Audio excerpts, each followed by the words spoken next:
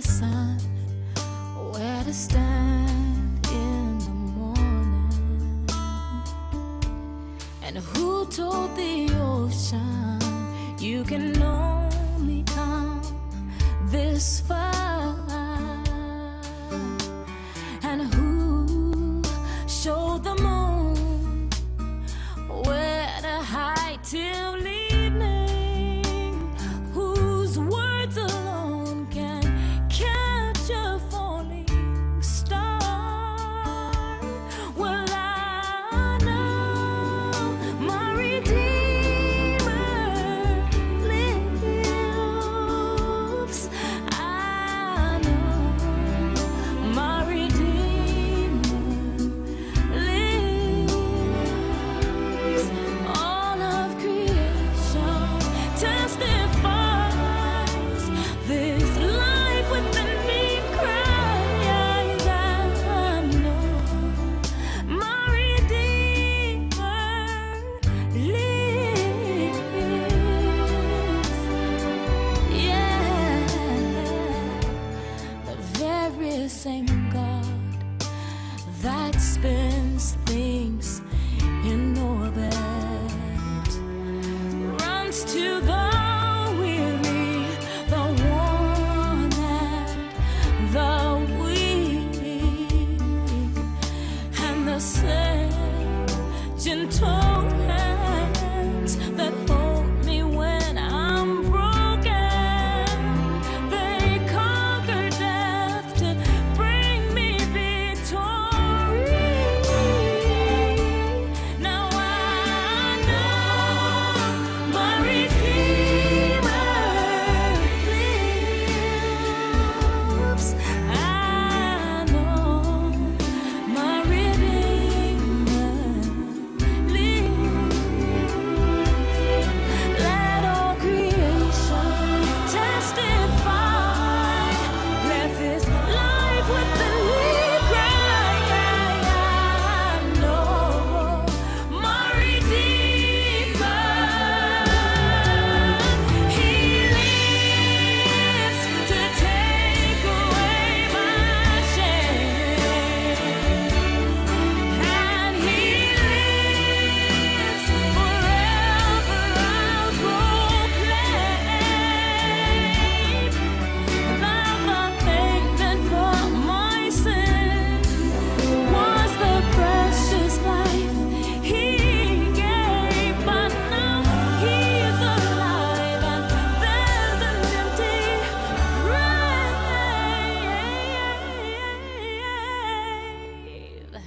And I know my Redeemer lives. I know my Redeemer lives. Let all creation testify. Let this life within me cry. I know my Redeemer. I know my Redeemer. I know my Redeemer lives. I know my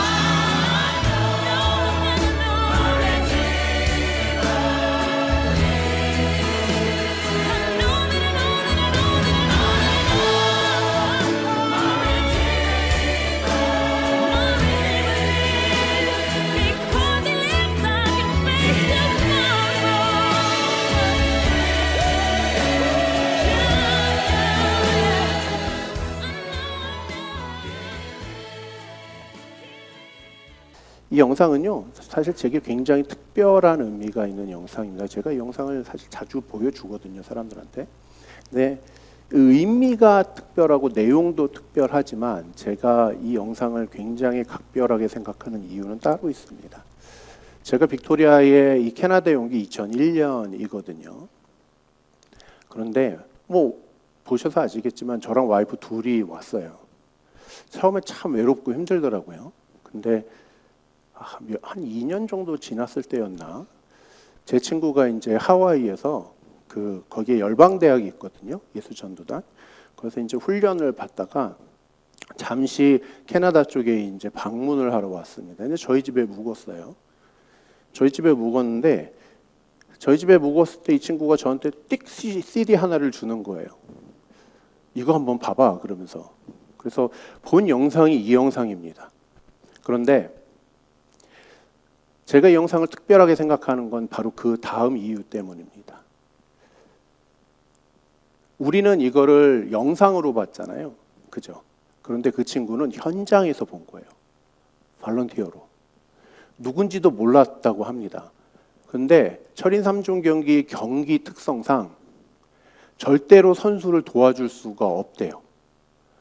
그런데 어떤 분이 자신의 아이를 들쳐놓고 나오는데 하마터면 도와줄 뻔했다는 거예요. 그런데 다른 발런티어들이 말렸대요. 그럼 안 된다고. 그래서 영상에 보시면 알겠지만 모든 과정을 아버지가 다 해야 합니다.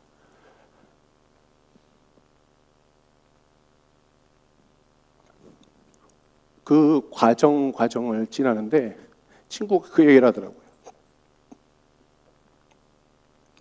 발런티어 중 어느 누구도 이게 되게 굉장히 오래 하거든요. 보시면 아시겠지만 아침 일찍 시작해서 저녁 늦게 끝나요. 그런데 발런티어 중 어느 누구도 집에 가는 사람이 없대요. 마지막 결승 지점에 다 가 있는 거예요. 기다리는 겁니다.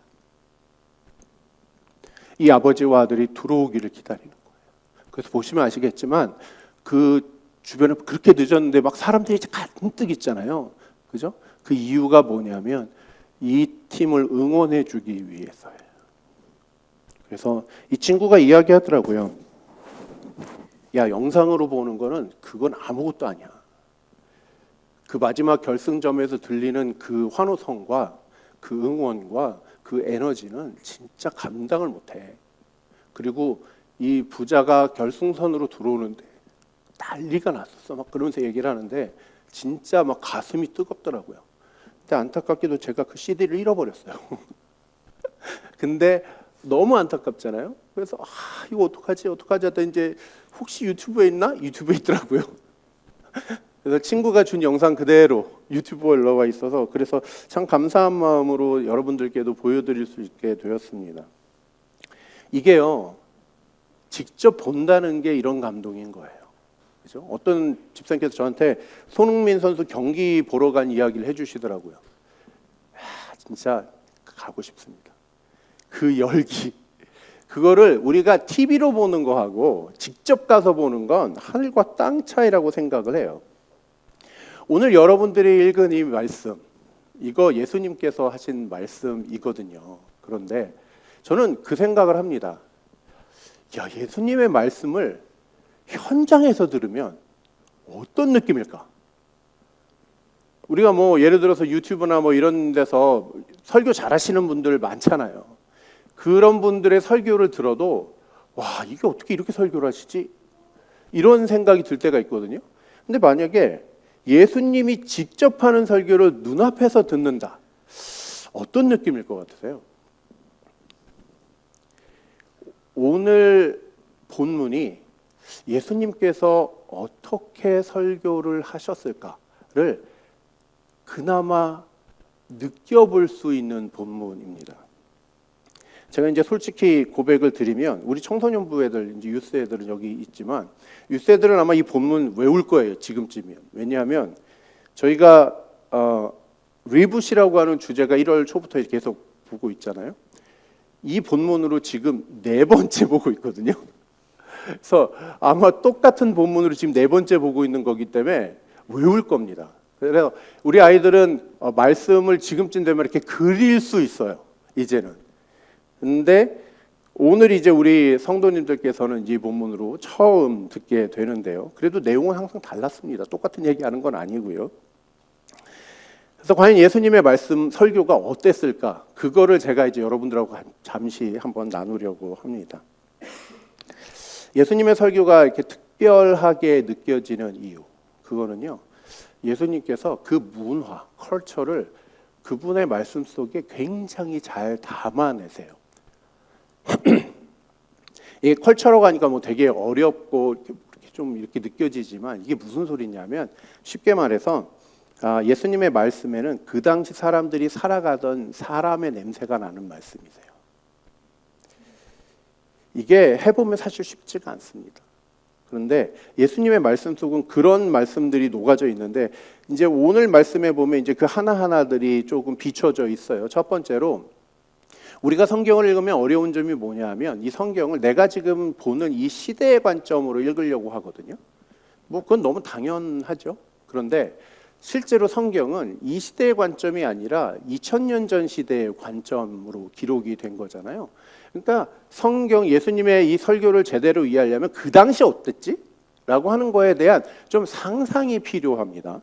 그런데 오늘 우리가 함께 읽은 이 탕자의 비유, 우리가 탕자의 비유라고 보통 많이 알려져 있지만 요즘은 이제 좀 바뀌었어요. 왜냐하면 내용을 잘 보시면 알겠지만 탕자, 흥청망청 돈을 쓰고 망해버린 사람에 대한 비유가 아니에요. 사실은 이게 잘 보시면 두 아들에 대한 비유입니다. 또 어떤 학자는 두 아들을 둔 아버지의 비유라고까지 얘기를 하시는 분들도 있어요. 그래서 요즘은 이제 내용이 사실 그렇게 많이 바뀌어져 있는데 내용은 뭐 제가 같이 함께 성경 읽었으니까 아주 간단합니다. 하나 아버지가 두 아들이 있잖아요. 큰 아들, 작은 아들. 그런데 갑자기 어느 날 작은 아들이 와가지고 아버지한테 뭐라 그러냐면 아버지, 내가 받을 유산에 내게 속해 있는 거를 지금 저한테 주십시오. 그러는 거예요. 이게 사실 말이 안 되는 거지만 뭐 좋습니다. 그래서 각자 나눠주고 했는데 둘째 아들이 이제 어떻게 해요? 그걸 가지고 다른 나라에 가가지고 아주 신나게 쓰고 망해버렸어요. 그리고 망한 다음에 어떻게 합니까? 다시 고향으로 돌아온다. 뭐 이런 어떤 그 내용입니다. 그런데 이 내용에 간단하지만 사실은 헬레니즘이 가지고 있는 아주 중요한 그 문화적인 속성이 들어 있어요. 그러니까 쉽게 말하면 우리는 이거를 읽을 때 그래 망해서 돌아갔어 이거지만 근데 만약 이걸 예수님이 살고 있던 그 시대 사람들이 말씀을 듣잖아요. 좀 달리 느껴지게 돼요.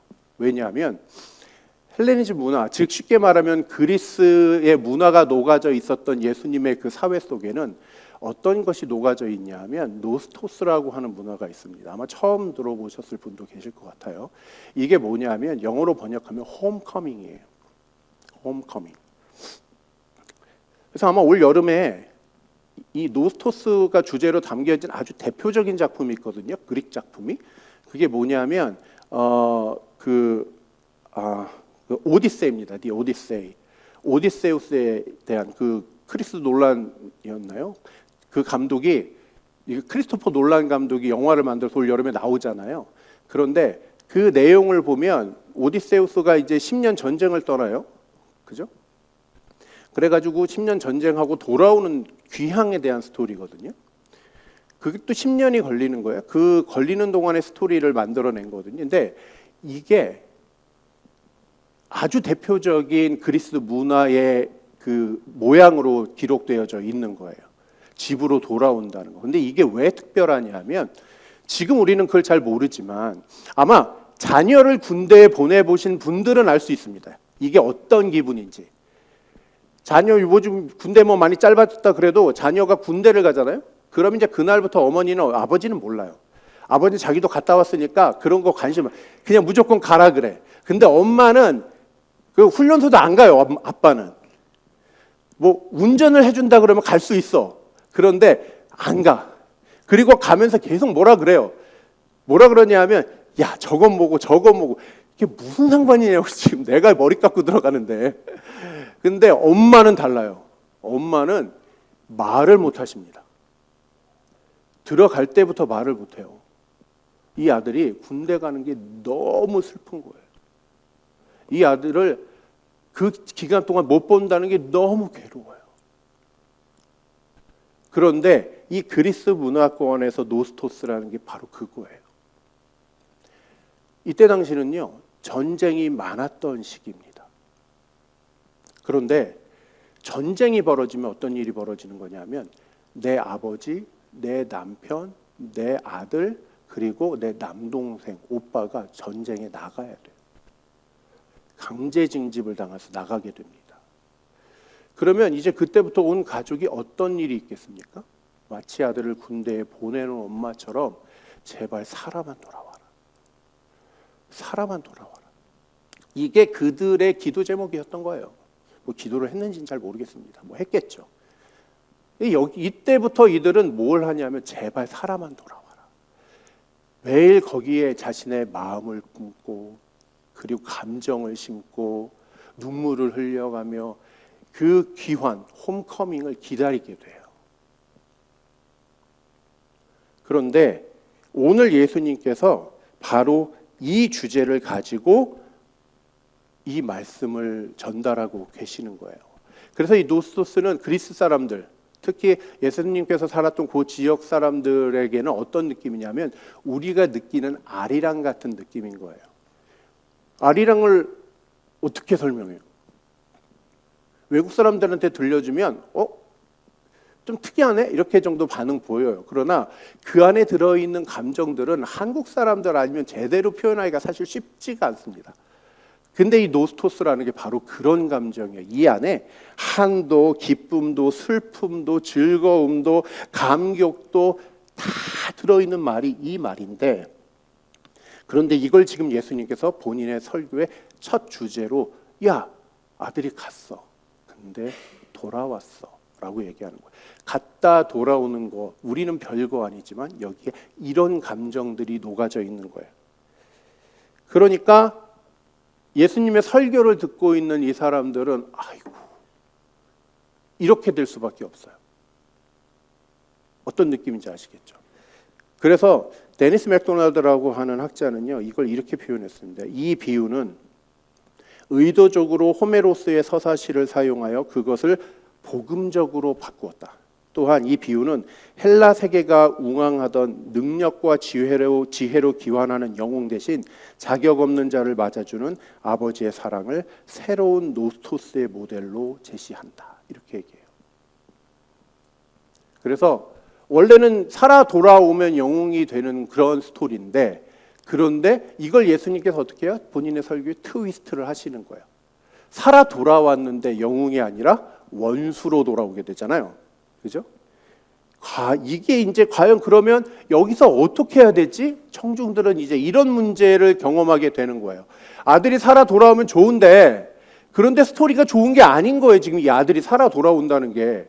그러니까 예수님은 지금 이 질문으로 또 다른 문화에 접근을 하고 계십니다. 그게 뭐냐면 지금까지 그리스 문화에 녹아져 있었던 스토리를 배경으로 깔았다면 이제 뭐냐면 유대 문화예요. 자신들 본인들이 가지고 있는 문화권 안에서 그럼 이게 어떻게 해석이 되지? 예요. 그런데 이 주이시 컬처가 녹아져 있는 이 유대 문화를 배경으로 해서 이 아들의 돌아오는 거를 다시 보면 이제 여기서 뭐가 되냐면 한많은 아리랑이 아니고 여기에 이제 분노와 짜증이 섞이게 돼요. 그래서 12절 말씀입니다. 같이 함께 한번 읽어볼게요. 시작.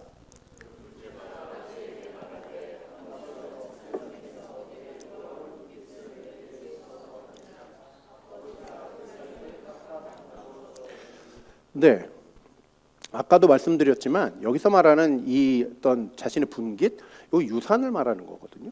근데 뭐 우리 청소년 유스 애들은 다 알겠지만 유산은 아버지가 부모가 돌아가신 다음에 받게 되는 게 유산이잖아요.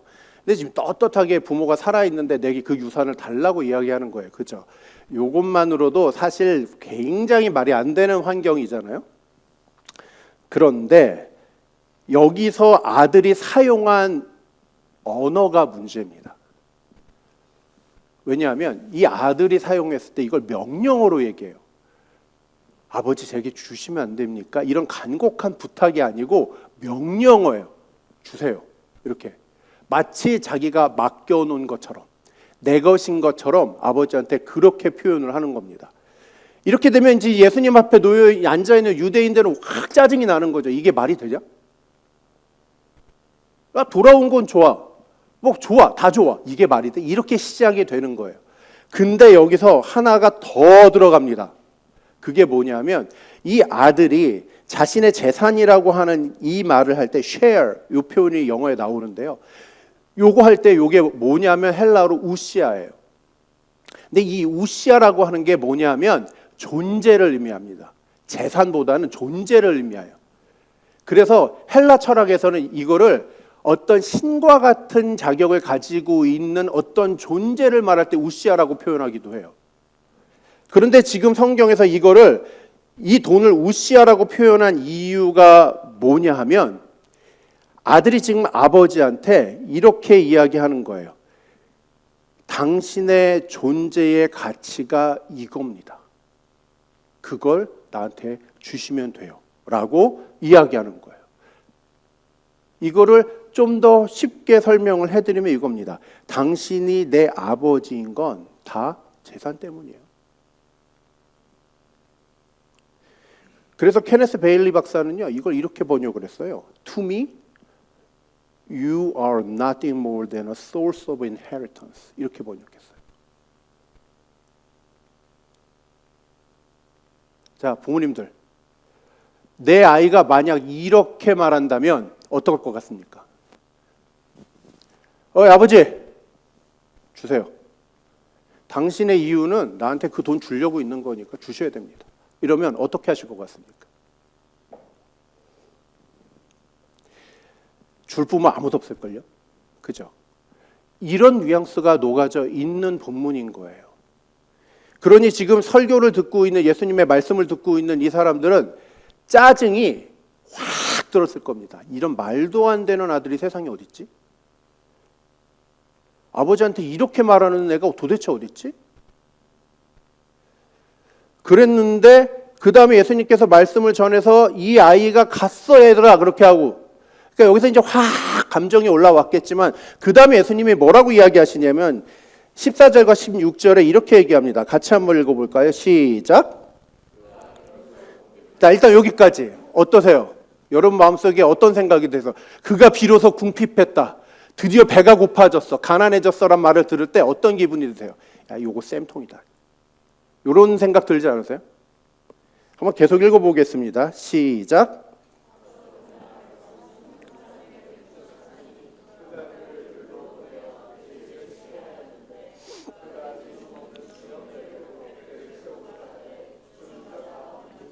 네. 이제 다 잃었으니 먹을 게 없잖아요. 그러니까 이제 살 방법이 없으니 딴 나라에서 살아가니 살 방법이 이제 뭐 어디 가서 이제 뭐 기생을 해야 되는 거예요. 쉽게 말하면. 그런데 돼지 농장이 있죠. 그래서 거기 가가지고 돼지라도 쳐야 되겠다. 주이시 문화권에서는 이 돼지는 unclean animal이에요. 만지지도 않고 먹지도 않습니다. 정한 음식이 아니기 때문에 선도되지 않아요. 그런데 지금 이 아들이 어디까지 갔냐면 내가 저 돼지를 치고 돼지가 먹는 저 음식이라도 내가 먹어야 되겠다. 이렇게 얘기를 한 겁니다. 이따 나온 이게 쥐염 열매거든요. 제가 우리 청소년부 유스아이들한테 내가 쥐염 열매를 꼭 보여줄게 라고 약속을 했었어요. 그래서 제가 실제로 오더를 했습니다. 근데 그게 도착을 했어요. 한 달 만에. 그래서 제가 갖고 왔습니다. 보이시나요? 이게 쥐염 열매예요. 이따가 끝나고 궁금하신 분은 오셔서 한번 보시면 알겠지만 냄새가 기가 막힙니다. 네, 이걸 어떻게 먹을까 싶은데 얘를 까면요, 이렇게 돼요. 까면 이런 씨앗 같은 것들이 하나 들어. 혹시 보이실런지, 아이고 보일지 모르겠는데 약간 커피콩 같은 씨앗들이 이렇게 들어 있어요. 보이시나요? 요걸 먹어요. 근데 요즘 요거를 사람들이 돈 주고 사요. 건강식이래요. 깜짝 놀라요. 그래서 아마존에 가면 있어요.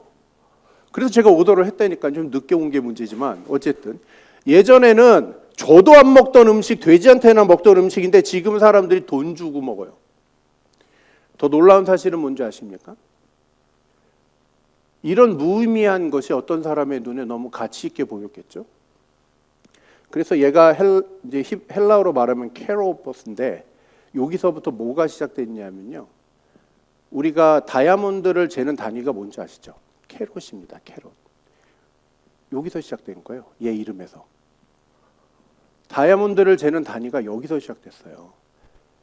1캐롯의 무게가 얘 무게와 같아서 그래서 다이아몬드를 얘로 재자, 이렇게 결정한 거예요.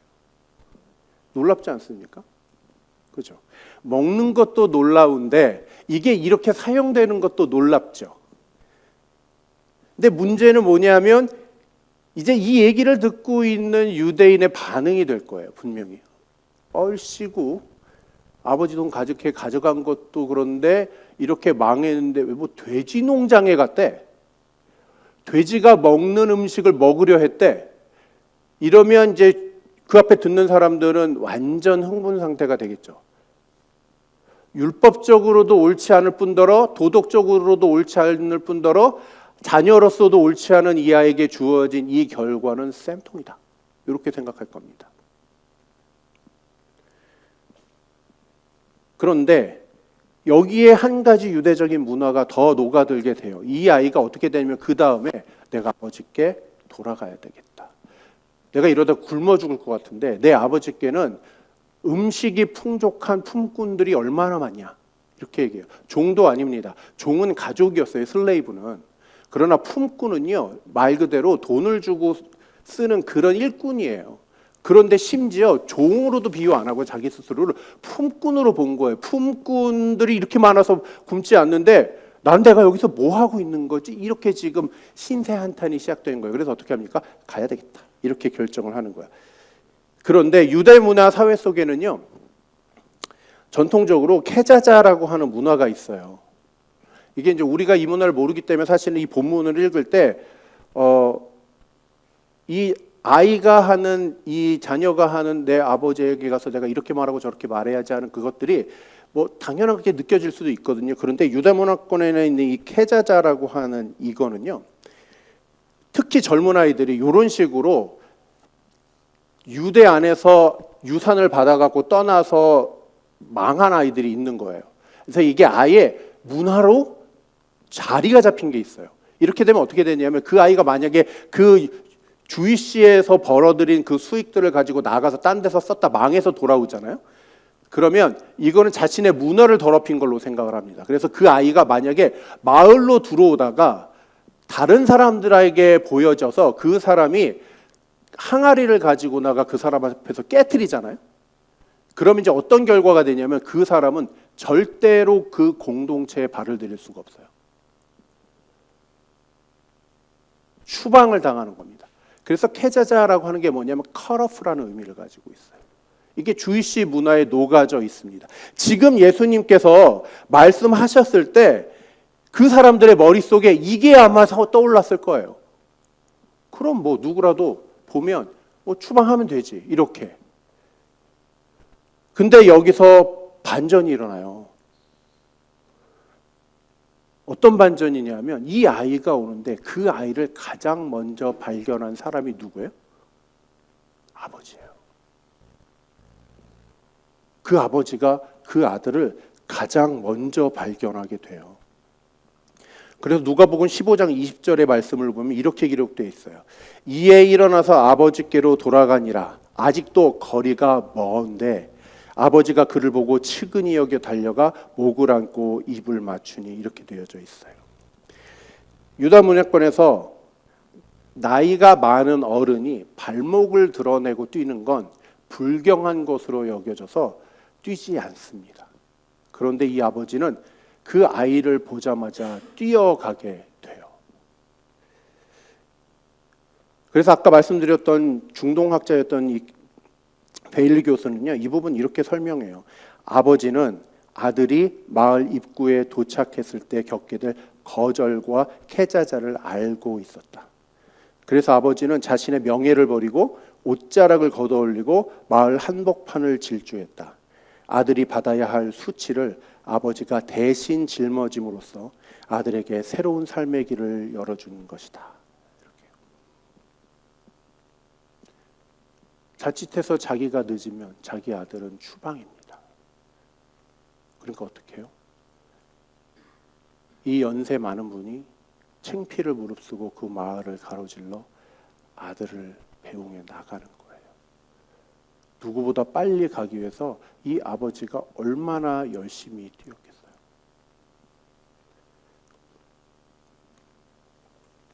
우리가 처음에 영상을 봤잖아요. 이 영상이 우리에게 큰 감동을 주는 이유는요. 그 보트 위에서 평안히 누워있는 그 아들을 위해 아버지가 애써주는 그 은혜를 알기 때문이에요. 그래서 우리가 이 영상을 볼 때 감동이 있고 또 눈물이 날 수밖에 없는 겁니다. 그래서 오늘 우리가 읽은 이 본문은 이런 아버지의 스토리를 담고 있는 본문이에요. 그리고 이걸 예수님께서 유대인들에게 지금 설교로 말씀하신 거예요. 어떤 감정들이 오고 갔을 현장인지 좀 감이 오시나요? 이런 감정들이 오고 가는 그런 현장입니다. 그런데 저는 이 본문을 보면서 왜 갑자기 예수님이 이 말씀을 하시지? 왜냐하면요, 여러분 누가복음 읽어보면 14장, 15장 내용이 달라요. 갑자기 예수님이 이 말씀을 꺼내셔요. 왜 갑자기 이 말씀을 꺼내시는 거야? 라고 생각이 돼요. 그런데 누가복음 15장 1절을 보면요, 그 이유를 알 수가 있습니다. 왜 잃어버린 아들에 대한 이야기를 하실까? 누가복음 15장 1절입니다. 같이 함께 한번 읽어볼게요. 시작.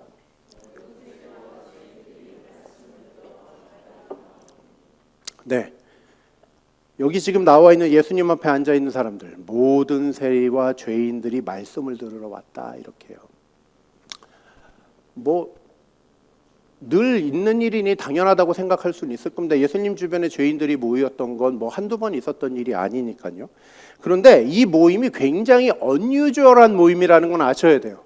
왜냐하면 지금 여기서 말하는 이 세리들과 그리고 죄인들은요, 사실은 이 제임스 던 교수에 의하면 사회적으로 낙인이 찍혀서 죄인으로 불렸던 사람들이라는 거예요.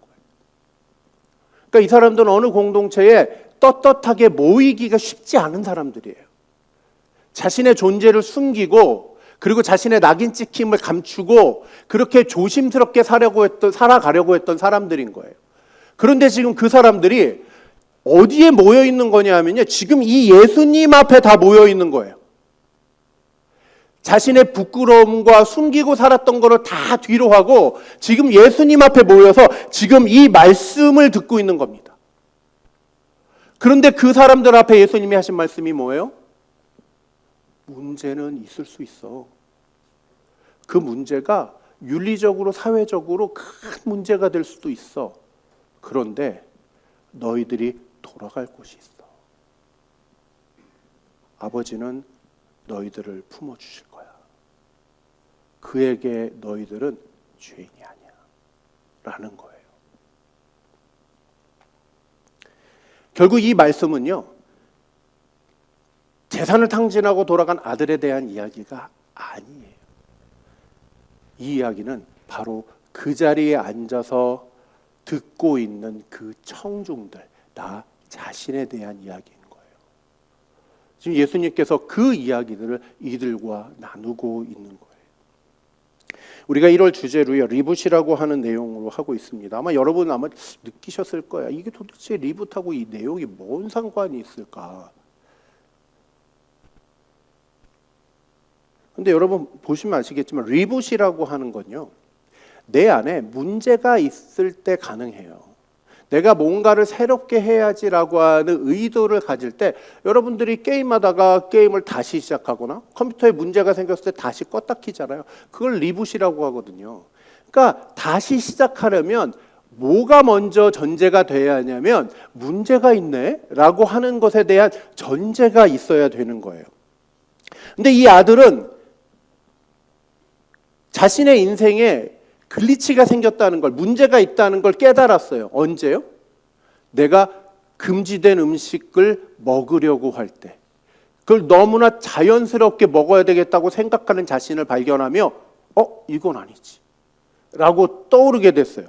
그런데 이렇게 된 결과가 뭐냐 하면 그 앞에 나오는 바로 이 말씀이에요. 13절입니다. 같이 한번 읽어볼게요. 시작.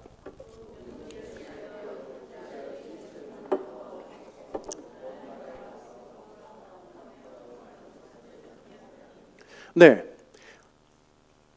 이게 결국은 이 아이의 원래 문제거든요.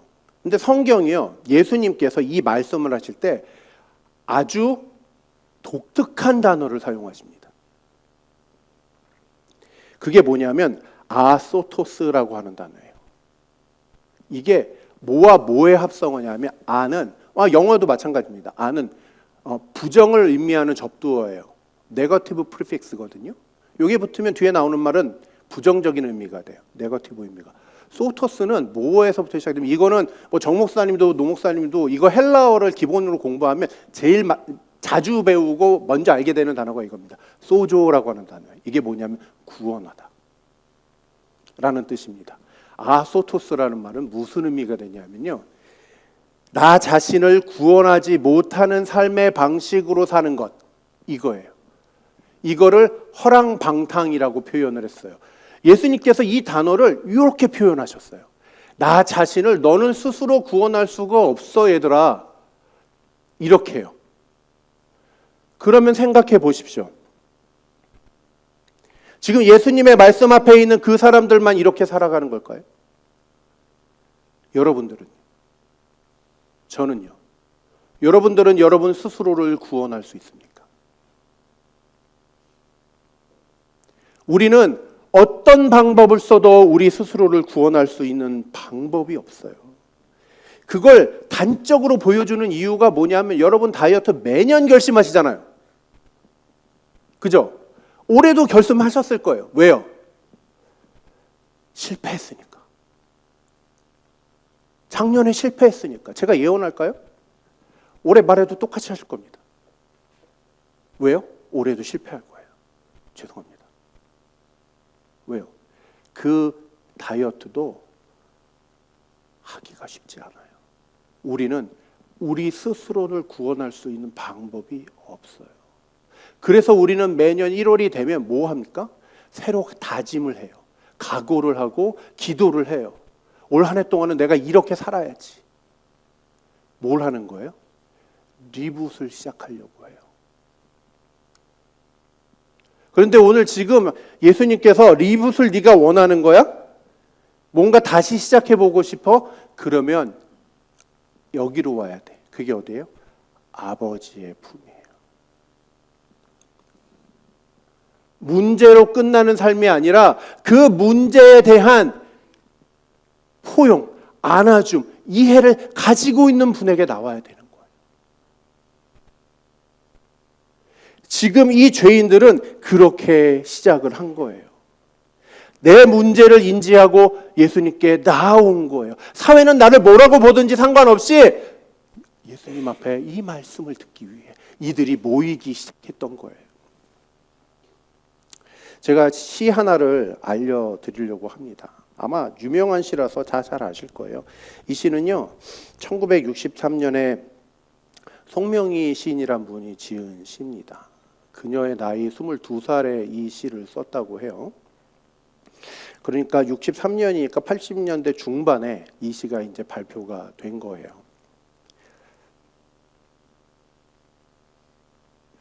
그런데 이 송명희 시인은 장애인입니다. 중증 장애인이에요. 태어날 때 병원에서 실수로 중증 장애인이 됐어요.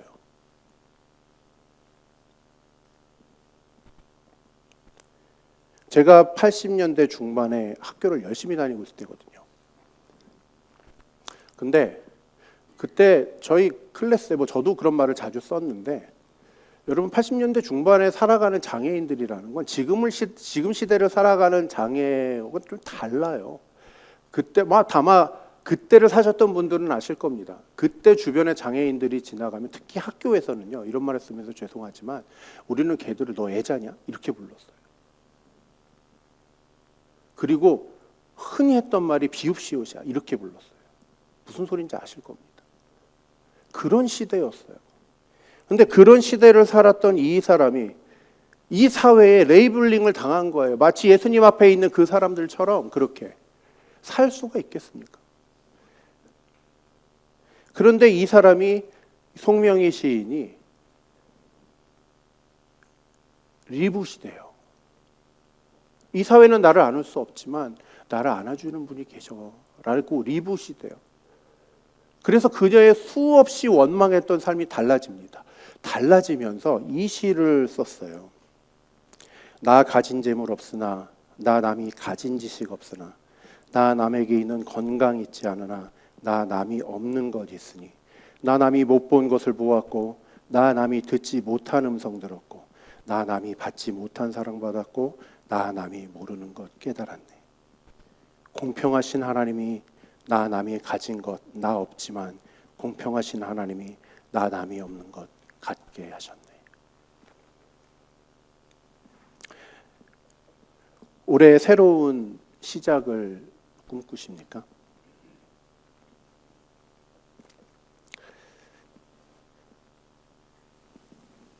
그렇다면, 그렇게 리붓을 원한다면 저는 여러분들의 그 수많은 목표들 중에 이 한 가지 목표를 추가하셨으면 좋겠습니다. 그게 뭐냐면 기다리는 아버지께로 나아가 보는 거예요. 제가 장담하는데 아마 믿지지 않는 장사가 될 겁니다. 올 한 해 동안 내가 하나님을 좀 더 가까이 만나봐야 되겠다. 내가 내 삶에 있는 모습이나 형편이나 상황만 다시 바꿔봐야지 고민하지 마시고요. 한번 아버지께 나아가 볼 결정을 해보시면 좋겠어요. 그게 우리의 올해 목표가 되었으면 좋겠습니다. 이것만 목표로 삼으라는 게 아닙니다. 이것 또한도 여러분들의 그 목표 안에 있었으면 좋겠어요. 그러면 전 장담하는데요, 올해 끝날 때 다른 목표들은 또 리붓이 그 다음 년도에 이루어질 수 있겠지만 적어도 이 목표는 반드시 여러분들 안에 이루어져 있을 겁니다. 하나님께서, 아버지께서 여러분들을 이 한 해 동안 열심히 품어주실 거라고, 누구보다 먼저 여러분들에게 나와 여러분들을 맞아주실 거라고 저는 확신합니다. 우리 같이 함께 찬양을 할 텐데요, 이 찬양 같이 찬양하시면서 여러분들 자신을 예수 앞에 불러오면 좋겠습니다. 리붓이 되는 삶의 고백이 어떤 건지를 여러분 가슴 안에 담으시면서 한번 이 찬양을 하나님 앞에 드리면 좋겠어요.